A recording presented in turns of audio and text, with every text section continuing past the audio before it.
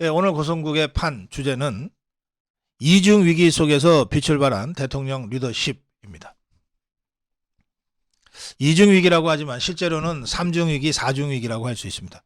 이 경제 민생 위기는 이미 몇 달 전부터 심각해졌고 지금 뭐 도대체 바닥이 어딘가를 걱정할 정도로 계속해서 바닥으로 지금 추락하고 있습니다. 고물가, 고환율, 수출 감소,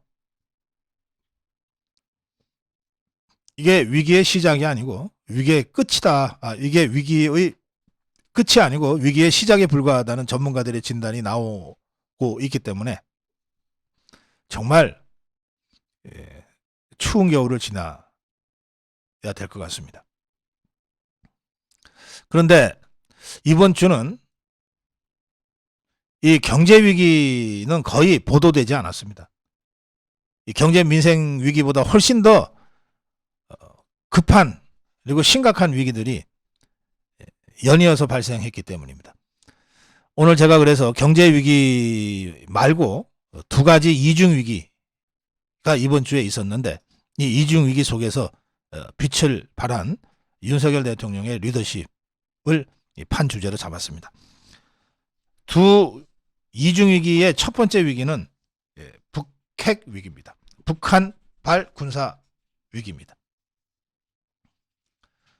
김정은이는 국가 애도 기간에 아마 지금이 그때다라고 생각을 했겠죠. 국가 애도 기간으로 정신없을 때 우리가 군사 도발을 한 단계 올리자. 그래서 NLL 이남으로 미사일을 쐈습니다. 참으로 반인륜 폐륜적인 행태를 저지른 겁니다. 김정은이는 10월 24일에 포병 사격 10발을 했고 10월 28일에 탄도미사일 한 발을 발사했다가 그 다음날 10월 29일 이태원 참사가 벌어지자 그 이틀 후인 11월 2일 날 탄도미사일을 25발을 하루 동안에 쐈습니다. 포병 사격도 100여 발을 했습니다. 그리고 그 다음날 11월 3일 날 탄도미사일을 6발 발사했고 포병 사격을 80여 발 했습니다. 그리고 그 다음날인 어제 항공기 180여 대를 기동했습니다. 이에 대응해서 우리 군 비질런트 스톰 오늘까지 하루 연장해서 강력한 대북 경고 메시지를 보냈습니다. 이것은 이종석 국방장관이 미 국방장관한테 요청해서 전격적으로 이루어진 조치입니다.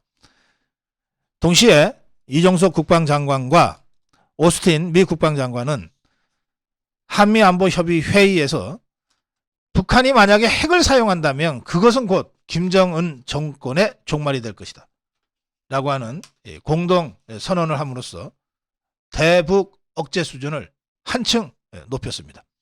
그런가 하면 G7도 북한 미사일 발사를 규탄하고 핵을 만약에 7차 핵실험을 강행할 경우에는 신속한 국제적 대응을 하겠다고 합의 발표했습니다.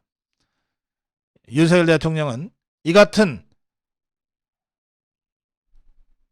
군사적 도발이 계속 그 강도가 높아지고 있는 이 위기 상황에서 국가 애도 기간 중에 자행된 북한 도발에 깊은 분노를 느낀다고 하는 입장을 발표했고 NLL 남쪽으로 탄도미사일이 낙탄된 데 대해서 이것은 실질적인 영토 침해다. 실질적인 영토 침해다라고 규정하고 울릉군의 공습경보를 6년 9개월 만에 발령하고 NSC 상임위원회 회의에 전격 참여해서 대북 대응을 직접 지휘했습니다. 윤석열 대통령의 메시지는 분명합니다. 북한의 도발에 대해서는 분명한 대가를 치르겠다.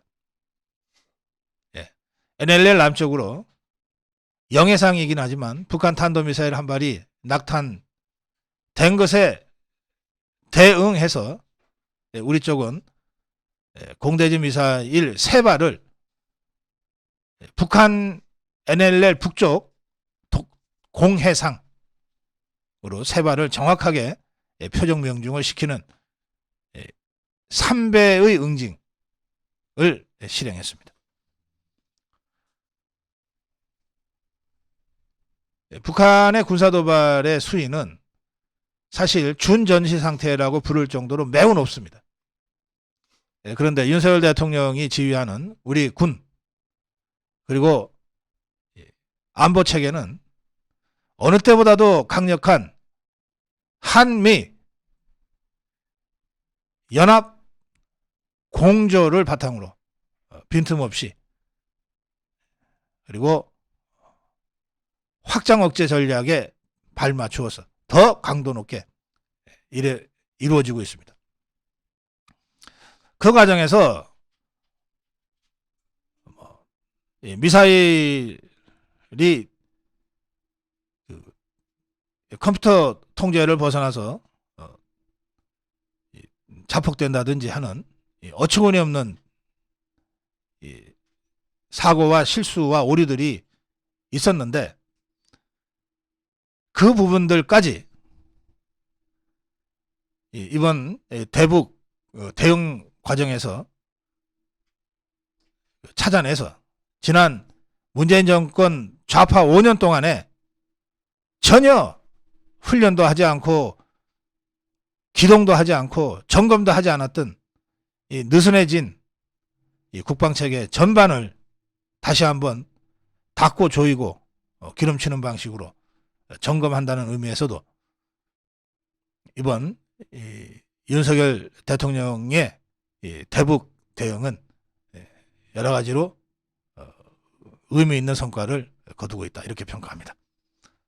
특히 어느 때보다도 미국이 강력한 한미동맹을 바탕으로 매우 신속하게 또 효과적으로 우리 군과 우리 정부와 발맞춰서 공동대응을 하고 있다는 것이 또 어느 때보다도 일본이 이러한 한미동맹이 원활하게 효과적으로 현시될 수 있도록 베이스 캠프로서의 역할을 적극적으로 하고 있다는 점 때문에 어느 때보다도 우리의 방어력은 강해졌다. 안심해도 좋다. 이런 메시지를 전 세계와 우리 대한민국 국민들한테 전하기에 충분했다. 그렇게 생각합니다. 사실은 6.25 전쟁 이후 가장 긴장도가 높은 북한의 군사 도발인데 대한민국 국민 단 한 사람 사재기에 나선 분은 없을 겁니다. 그만큼 한미동맹을 믿고 한미일 삼각안보 체제를 믿고 그리고 윤석열 대통령과 윤석열 정부를 믿기 때문이다. 그렇게 평가합니다. 자, 두 번째 위기는 이제 이태원 참사로 발생한 위기입니다. 156명의 사망자가 발생했습니다. 위기라고 아니할 수 없습니다.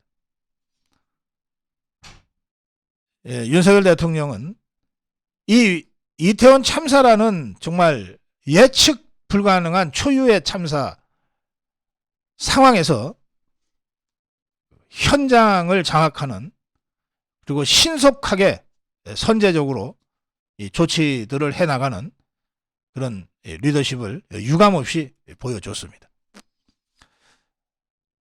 윤석열 대통령은 사고 당일 현장으로 이동을 했는데 경호 차량 없이 이동했습니다.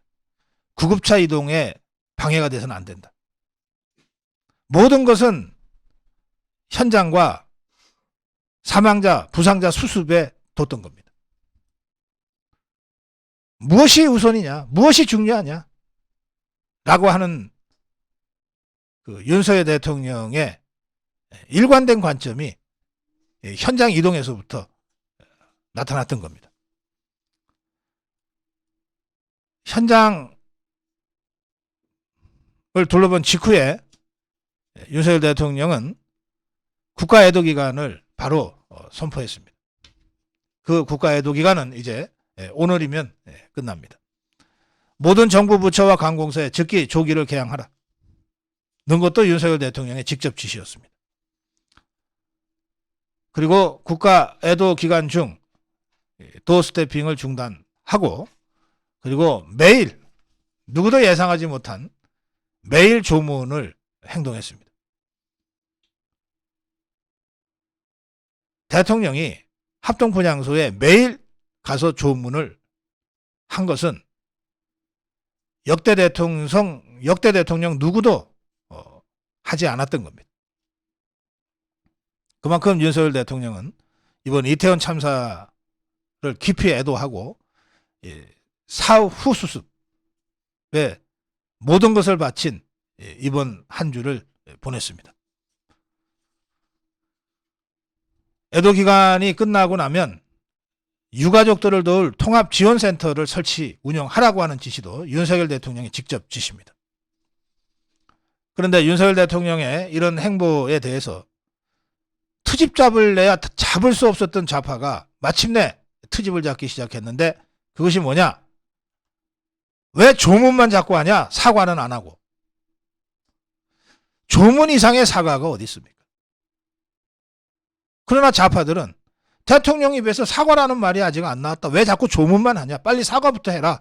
라고 공격을 시작했습니다. 윤석열 대통령 어제 조계사에서 열린 추모 법회에서 공식적으로 사과했습니다. 비통하고 죄송한 마음입니다. 라고 사과했습니다. 비통하고 죄송한 마음입니다. 좌파들은 이 대통령의 발언에 사과라는 단어가 없다고 또 시비 걸지 모르겠으나 적어도 유가족들과 관련자들 그리고 우리 대한민국 국민 절대 다수는 윤석열 대통령이 비통하고 죄송한 마음입니다 라고 하는 사과를 공식적으로 했다고 받아들일 겁니다.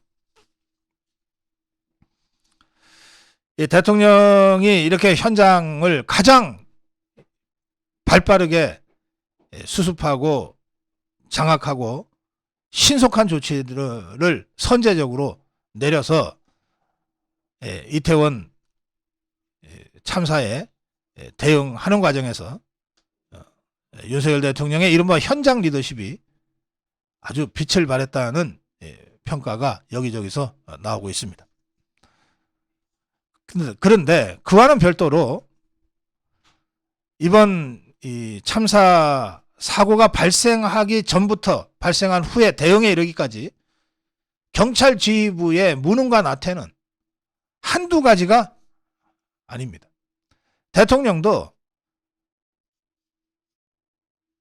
국민의 생명과 안전을 지키는 직접적인 기관인 경찰로부터 이태원 참사를 보고받은 것이 아니고 가장 먼저 보고는 받았는데 소방청으로부터 보고를 받았습니다. 소방청을 통해서 대통령 상황실을 통해서 대통령이 보고를 받았습니다.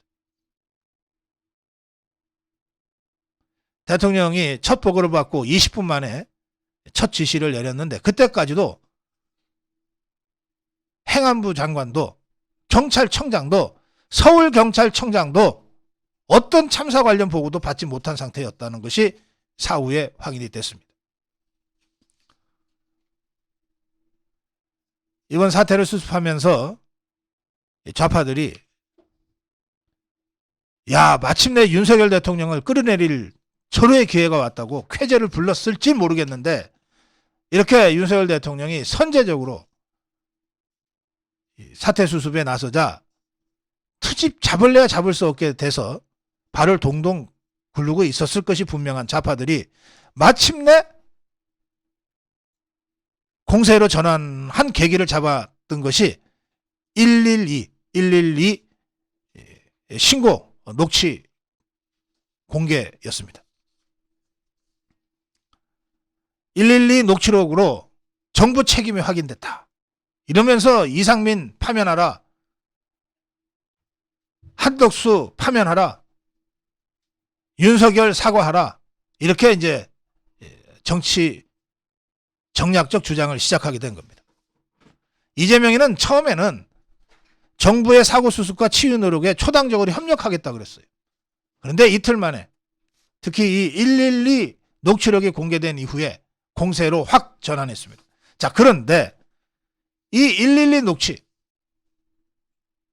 경찰은 이게 경찰 내부 정보이기 때문에 당연히 공개 안 하려고 했어요.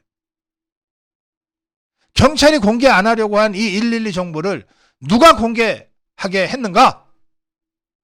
윤석열 대통령입니다. 공개하라. 하나 숨김없이 국민들한테 투명하게 공개하라. 잘못이 있으면 책임을 져야지. 숨긴다고 될 일이냐. 윤석열 대통령이 지시로 공개한 이 112 녹취록을 빌미로 좌파들이 윤석열 대통령을 지금 공격하고 있는 겁니다. 윤석열 대통령 이거 공개하면 좌파들이 이거 이용해서 이거 악용해서 자기를 공격할 거라고 생각 못했을까요? 당연히 생각했을 겁니다. 그러나 지금 좌파들의 공격이 무서워서 이걸 국민들한테 알리지 않는다는 것은 말이 안 된다. 욕먹을 거 먹고 책임질 거 지더라도 공격받을 거 받더라도 가장 핵심적으로 국민들이 의혹을 갖고 있는 112 녹취록은 우선 공개하라. 이게 윤석열 대통령의 지시였습니다.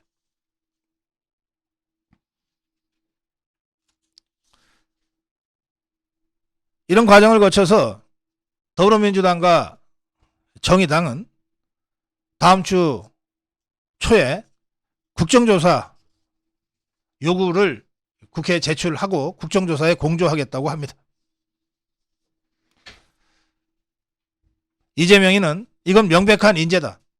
이태원 참사 직후에 있었던 초당적 협조 뭐 이런 것과는 완전히 다른 180도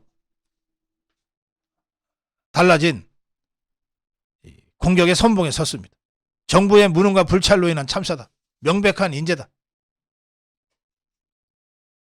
과연 국민들이 윤석열 대통령의 이 참사 수습을 위한 헌신적인 노력을 평가해 줄까요? 아니면 참사 직후에는 초당적으로 협조하겠다 했다가 대통령의 지시로 공개된 112 녹취록을 보고 야 이제 이거 건수가 됐다 하고 갑자기 공세를 전환해서 대통령을 압박하고 있는 이 좌파들의 공세에 손을 들어줄까요? 대통령의 취임하기도 전인 당선자 시절인 지난 4월에 대통령 윤석열 몰아내자고 결성된 이 촛불 행동이라고 하는 좌파단체가 오늘도 13차 촛불 집회를 엽니다. 윤석열 퇴진 집회, 윤석열 탄핵 집회를 주도했던 자들이 오늘은 이태원 추모 집회로 간판만 바꿔 달고 똑같이 영업하겠다고 집회를 강행한다고 합니다. 과연 이 후한무치한 좌파들의 참사를 정략적으로 이용하는 이 행태에 대해서 국민들이 세월호 때처럼 또다시 넘어갈까요? 좌파들이 획책하는 세월호 시즌2 이걸 국민들이 용납할까요?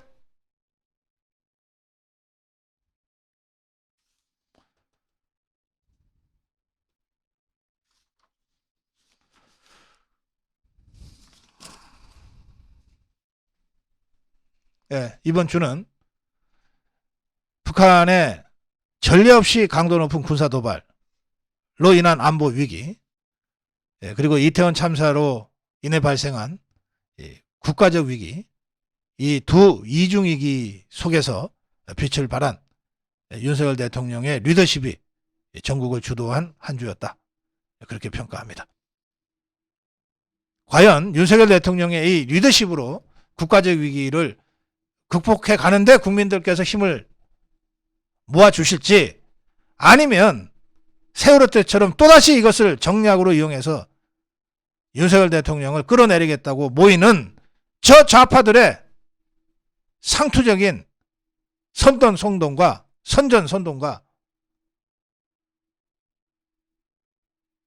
이 거리 정치에, 거리 투쟁에 국민들께서 힘을 실어 주실지, 예, 오늘 오후, 오늘 저녁까지 이어질 좌파들의 집회 시위 양상을 지켜보면서 판단하게 될 겁니다. 고성국의 판이었습니다.